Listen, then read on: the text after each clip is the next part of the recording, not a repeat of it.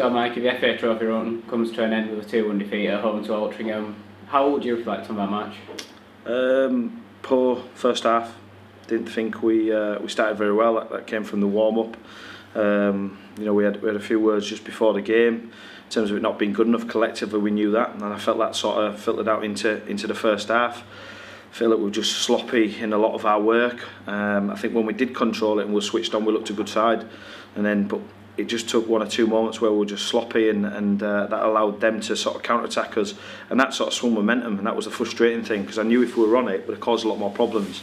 It got to a point where their centre-halves were starting to get on the ball and pose a few problems, so it was one of them where we had to drop our line a bit deeper. And then literally 4 minutes to half-time, we're compact, we've got 10 bodies behind the ball, and then they clip one long ball from an angled pass which lands in our box, and we don't win first and second contacts, an easy goal.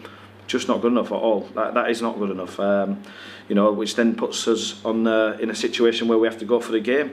So second half we tweaked a few things and we went and had a good go, and I felt we really put them on the back foot in terms of territory. Didn't pick up seconds well enough in terms of second balls, but what we did is we imposed ourselves on them, and then it comes to a free kick, which I didn't think was a free kick, and then a free header, so someone left the man. It's just not good enough, and then before you know it, you're chasing the game even more then. Yeah, I mean, looking at the goals they've conceded, as you said, do you feel like they were really avoidable? Yeah, 100%. I think any ball that's getting played into your box from 40 yards on an angle should be eaten up. Like, if you really want to win it, you should be winning that ball. It's like, it should not be landing in the box for a striker to take 2 or 3 touches and then finish it. I reckon there was 2 or 3 errors. We should be eating them up. With like defensive line or midfield, whatever it is, we should be eating them balls up. And that was frustrating because it was just before half time. We knew what was going to do it, for the second half. And again, that just give us a decision where we needed to go after it. Like I said, there was a lot of positives in terms of the second half of how we controlled territory.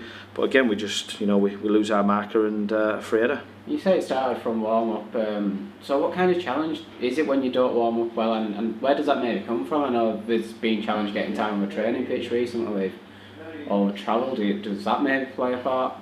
Maybe, I don't know. We'll have to reflect and have a look at it. Like football is, sometimes you can warm up poor and then come out like an house on fire.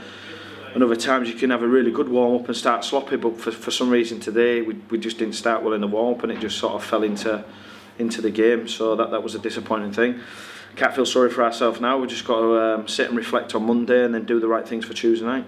And a few changes today, as we always knew there'd be, people needing a rest. There was also a change in shape as well as personnel.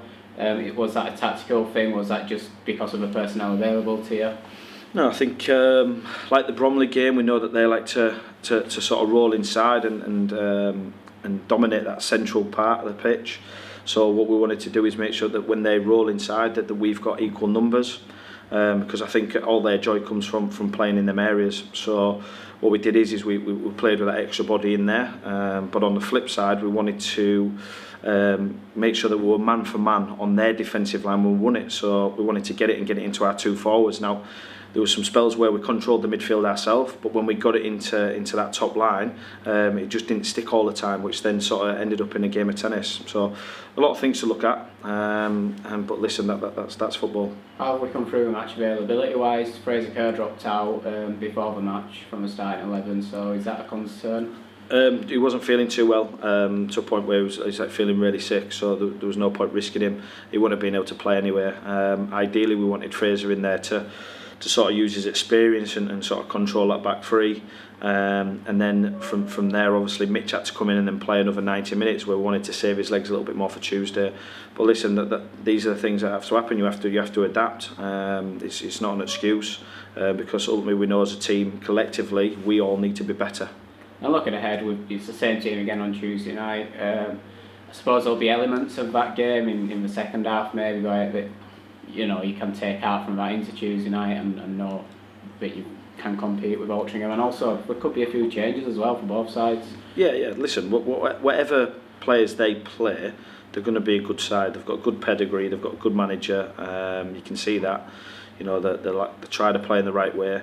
But it's not about them. It's about what we need to do. And I think for probably the first time maybe for a couple of maybe halves, that was just not good enough for us. Now, what we've got to do is dust ourselves down, make sure that we do the right things for Tuesday, and make sure that everybody who's playing does the best that they can for us to make sure that we try and get 3 points.